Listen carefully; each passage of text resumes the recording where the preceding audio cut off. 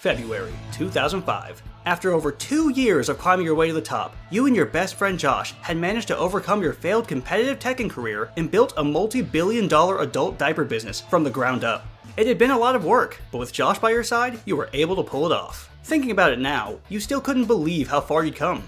You went from living in a rundown shack to having your own private island estate that you lived in during the summer. During the rest of the year, you stayed with Josh in his own countryside mansion where you often discussed just how great it was to be rich. But it wasn't all fun and games. As co-owners of the company, you two had a lot of responsibilities. For starters, you had tens of thousands of employees across the globe who were assigned the important job of personally delivering your much-needed product. And managing that was no small feat.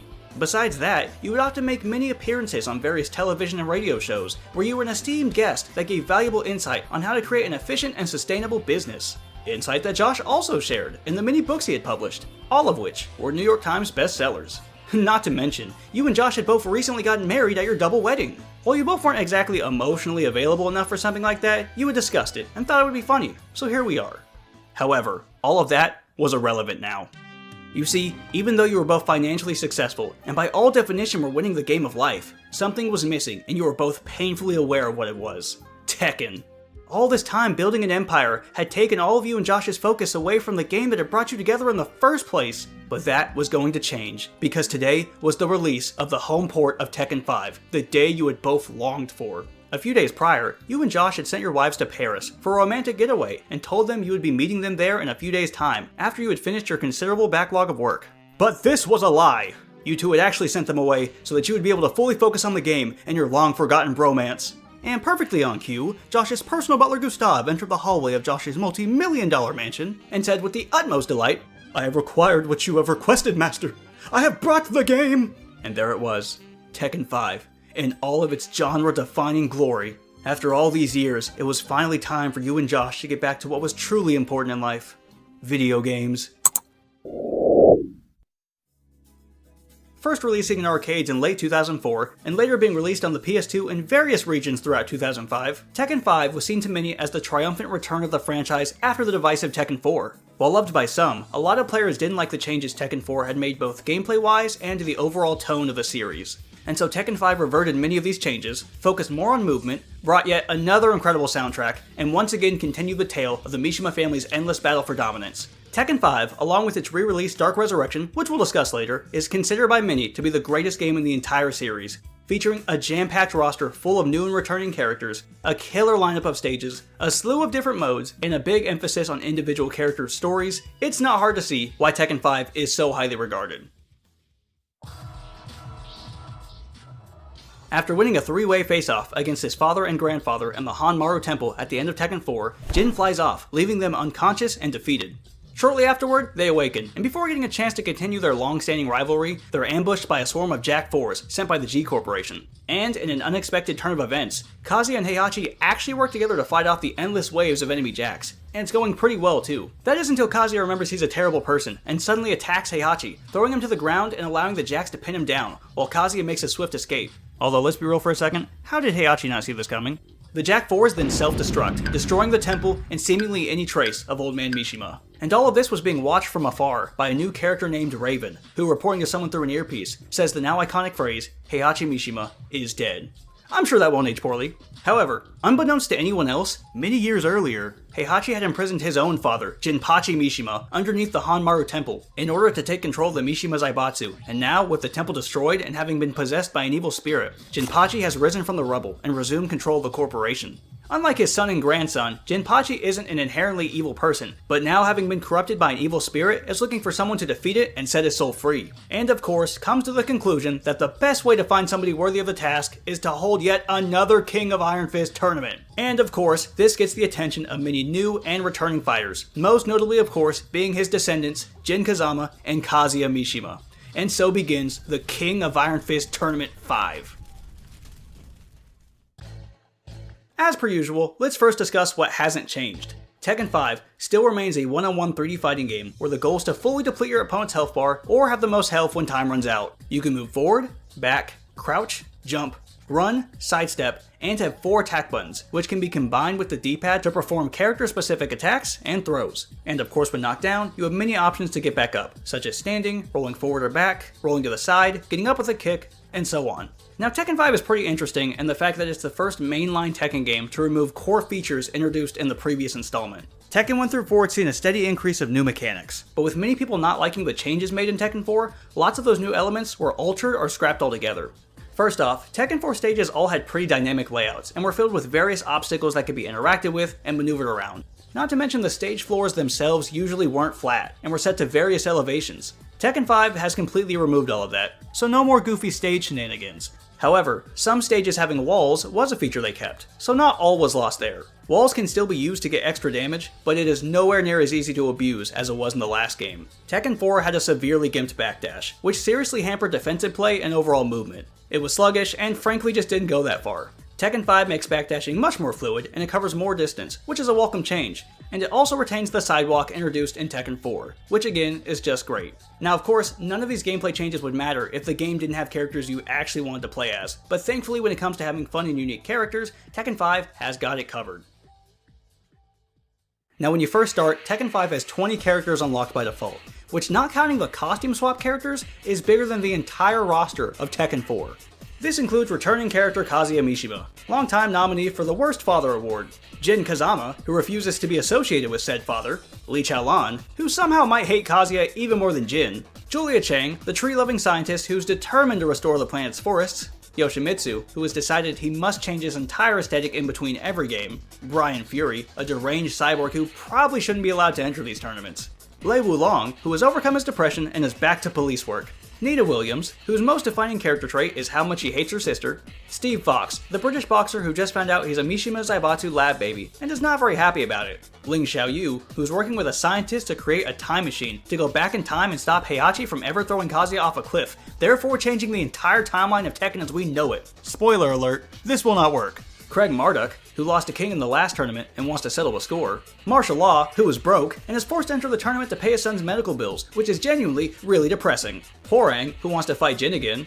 That's it, that is still his only goal in life. King, the Mexican wrestler, who just like Marduk, wants to finish what they started. Christy Montero, the student of Eddie Gordo, who enters the tournament to find a cure for her ill grandfather. Paul Phoenix, the self-proclaimed strongest fighter in the universe, who lost in the last tournament to a bear. And Jack 5, who while technically being a different Jack model every game, is functionally the same top-heavy robot it's always been. And as for new characters, we have Raven the Ninja, who is just legally distinct Blade, Asuka, one of the only surviving members of the Kazama clan, and a relative to Jin, and finally Feng Wei, the Chinese Kenpo warrior who killed his own master. Also, we're led to believe he's in his 20s, but let's be real for a second, this guy is pushing late 40s minimum.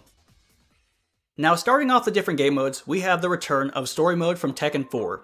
Now just like Tekken 4, you start off by picking your character, and then you're introduced to the prologue of their story being narrated over comic book style panels. Damn, are they after me too? Says Kazuya. For a while, Kazuya and Heihachi fought as father and son, but Devil Kazuya flew away, leaving Heihachi to die alone. And just like Tekken 4, these are great. First of all, having an introduction that actually tells you the reason the characters are participating in the tournament helps to make them feel more like actual characters with real motives and their own stories. As important as the Mishimos are to the overall plot, it's cool to see the other characters have their own things going on, and these intros really help flesh them out. The art style for these panels are also a bit different this time around. Tekken 4's art was much grittier, and the intro panels in that game look much more like sketch drawings, whereas Tekken 5's in comparison have a much cleaner and refined look. Now personally, I do prefer the overall look of Tekken 4's intro panels. I think the style had a bit more personality, but I'm overall just very happy they kept the intros. Now after the intro of course is your classic Tekken arcade mode, where you battle through 8 increasingly difficult fights before reaching stage 9. However, Tekken 5 actually improves on Tekken 4's story mode by adding some unique scenes throughout arcade mode. Every character has their own unique conversations with other members of the roster before and after certain fights. Sometimes it's just a chance encounter, and sometimes it's against their long-standing rivals. This is yet another way that Tekken 5 has found a way to flesh out the characters even more, and some of them are straight up my favorite character interactions in the series. What the? You again? I'm gonna prove I'm the toughest in the universe, so I don't give a crap about anything else. Shut your bear trap! I'm gonna be the toughest in the universe. Finally, upon reaching stage 9, you must fight the possessed sponsor of the tournament, Jinpachi Mishima, who is easily the most ridiculous boss they have made up to this point. Like, the literal god of fighting ogre from Tekken 3 was significantly easier than this demon. This guy has crazy plus on block moves, can quickly stun you, which makes you unable to block so he can hit you with whatever he feels like, a fireball projectile that does way too much damage, and even if you step it, he might just shoot another one because this is his world and we're just living in it. Frankly, your best bet is just to throw out launchers and try to keep him juggled for as long as possible. And when he's eventually defeated, you get to watch your character's unique pre-rendered ending, which as usual, are pretty phenomenal. You have some that are big moments in the character stories, such as Christie's, where her and Eddie are anxiously waiting in the hospital while her grandfather is being operated on. And then you have some like Paul's, where for the third time it just ends with him punching a wall, but this time it's in space. Now Tekken 5 also has arcade mode, but it's a bit different from previous games. Now your typical arcade mode would have the same format as story mode, but without the cutscenes. So 8 fights and then a final fight with Jinpachi. But Tekken 5 has completely reworked it. Arcade mode is now an endless mode, where you fight CPUs of various ranks to try to rank up yourself. At the end of each fight, you get to choose which opponent you take on next from a list of 3. The rank of your opponent determines how difficult the CPU will be to defeat, and there's actually a lot of ranks to gain, with the first you start with being beginner and the final being Tekken Lord. Overall, a pretty cool new mode that you could easily sink a lot of time into. Now for those who want to play through the traditional arcade mode without all the added story content, that is also there as an option in the form of Time Attack, which is a standard arcade mode with the added goal of seeing how fast you can complete it. Regardless of if you complete story mode or Time Attack, each time you complete it, you will unlock a new character. This includes Heihachi Mishima, who of course is not dead, and at this point frankly I think is far too angry to die. Roger Jr., the son of the Kangaroo Roger from Tekken 2, although when you pick him, you actually play as his mother. Anna Williams, whose most defining character trait is how much she hates her sister. Baek Doosan, the Taekwondo master of Hwoarang who has been in a coma for over a year. Mokujin, the living wooden dummy who serves as a random select for people with class. Ganryu, who failed to win the heart of Michelle Chang, so now he's pursuing her daughter Julia. Wang, the oldest living Tekken character at this point, who was invited personally to participate in the tournament by his old friend Jinpachi. Bruce Irvin, who enters the King of Iron Fist Tournament 5 out of pure boredom. And of course Kuma the Bear, because every fighting game is obligated to have at least one weirdo. Also, just like Tekken 4, Eddie Gordo returns as an unlockable costume swap for Christy and Panda for Kuma. Counting Eddie and Panda, the total roster is 32 playable characters, but even without them, the game still has 30 distinct playable characters, the highest of any mainline Tekken game up to this point, and only a few less than Tekken Tag 1. Now of course, this is a Tekken game, so besides arcade mode, we've got plenty of other modes to check out. First you got your mainstays, which include Versus Battle, which of course lets you fight against another player locally. Team Battle, where you pick multiple characters and try to beat all the opposing team's members before they can beat yours. Practice Mode, where you can learn the game in a chill environment, and of course you can view each character's move list. And Theater Mode is back, where you can freely listen to any song on the soundtrack, and watch each character's prologue, endings, and watch the intro of the game. As for new modes though, Tekken 5 actually introduces 3, the first of which is called Arcade History, and it allows you to play the arcade versions of Tekken 1, 2, and 3, which while they don't include the console version's additional modes, having half the series just thrown in here as an extra feature is insane value. It also includes another Namco game called Starblade, which is a first-person rail shooter. Funnily enough, when you boot up Tekken 5, it actually starts up this game first, much like how Tekken 1 would boot into Galaga. More relevant to the core game, however, is Customize Mode, where for the first time in the entire series, players are given the freedom to change how the characters look. Now of course the customization itself is pretty limited. Your options are split into a few different categories, like head and face, and then everything else is split up between upper body and lower body. Each section has a few different pre-selected items for each character that you can switch between, and you're allowed to pick from a few pre-selected colors for certain parts of their outfits. Each of the various items must first be bought before they can be used with the game's in-game currency, Fight Money, which you get from completing the various other modes in the game. Interesting to note, however, is the different customization items you can pick are exclusive to each character. On one hand, it's pretty neat that they went through the effort of giving each character their own personalized items for you to choose from. On the other hand, it just limits the already limited customization. But still, as a first go at what would become a mainstay and beloved feature of the Tekken games, the Customize mode is pretty great. And lastly, is the final and easily most ambitious side mode of Tekken 5, Devil Within. Devil Within is this game's replacement for Tekken Force. Whereas Tekken Force was a side mode in Tekken 3 and 4 that turned Tekken into a 3D beat 'em up, Devil Within is a full-on action game that takes place over 5 levels, has platforming, bosses, and changes the entire control scheme to better fit it. Story-wise, it takes place after the tournament and is about Jin learning that his mother Jun Kazama might still be alive, so he heads to a G-Corp laboratory to try and find her, and of course, combat ensues. As I mentioned a moment ago, Devil Within uses a completely different control scheme from the rest of the game, and you have full 360 movement with Jin, and full control of the camera. All this is to say, Devil Within is its own game within Tekken 5. That said, it is a clear attempt at an evolution of the Tekken Force formula. You still go through stage after stage fighting off waves of different enemies, and at the end of each of the 5 stages, you fight a boss. Now let me just say out the gate that I'm not a big fan of Devil Within, and that's for a few different reasons. Tekken Force in the older games was always a bit clunky to play, since you had to deal with your character constantly switching between different opponents, and it never felt specifically great, but it was still intuitive to play because the controls were the same as the main modes, so even in the weird format, in essence, you were still playing Tekken. But Devil Within is not like that. They had to rework Jin's moveset to fit the new control scheme, and it ends up feeling a bit clunky. For example, the punch button by default is a 5-hit string of 2 jabs and a laser scraper, and the kick button is a 4-hit string.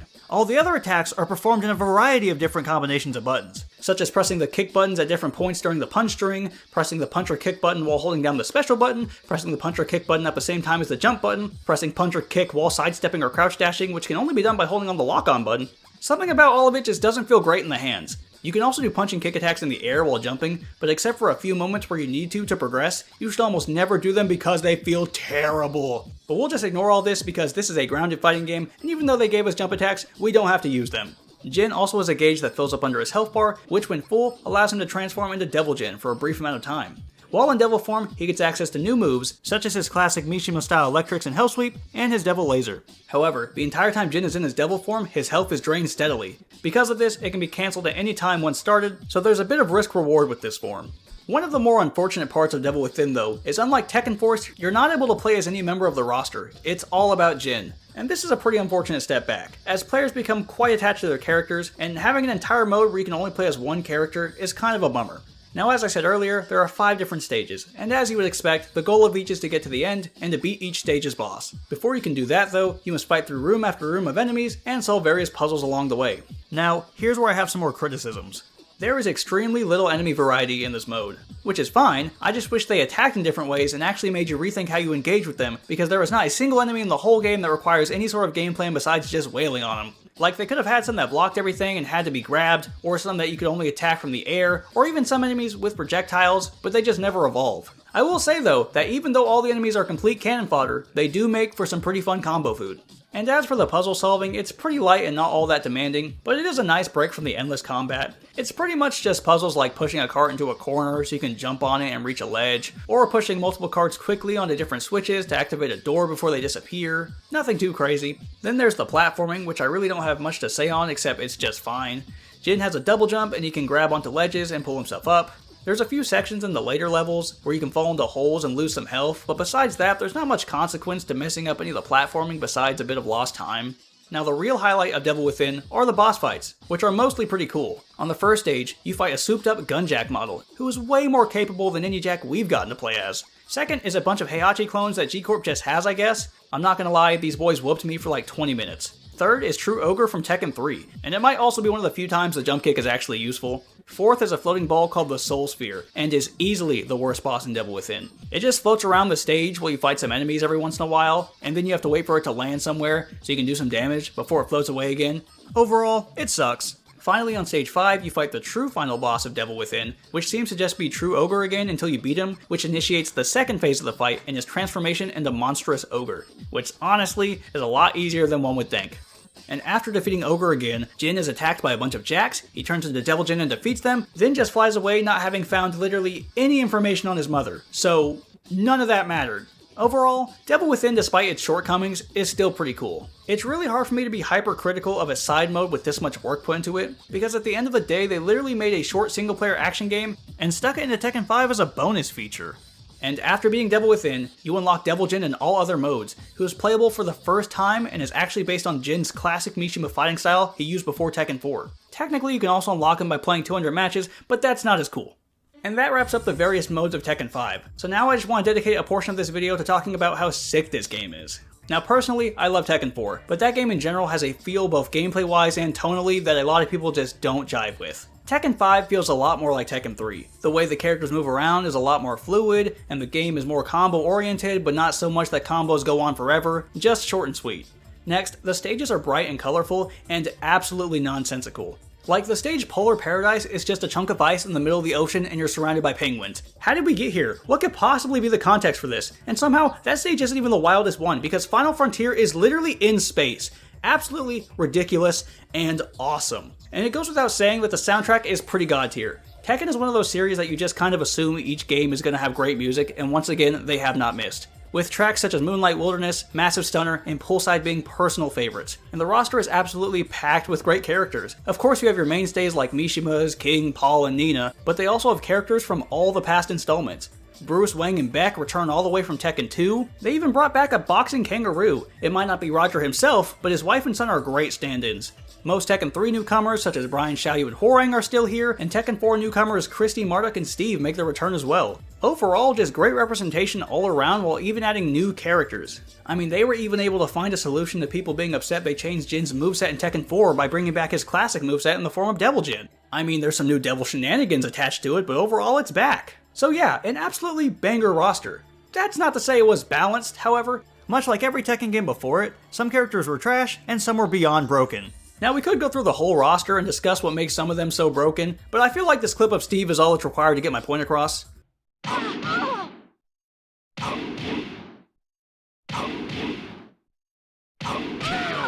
That was a true combo, by the way.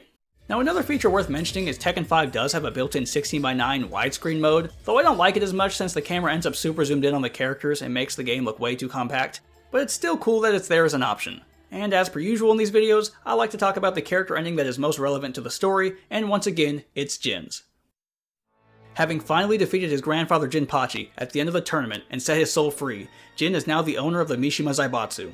With newfound global power and a new wardrobe, Jin takes his seat upon the throne, and prepares to lead the Zaibatsu in a direction that will certainly not lead to the deaths of thousands. Probably. And this about wraps up Tekken 5 on PS2.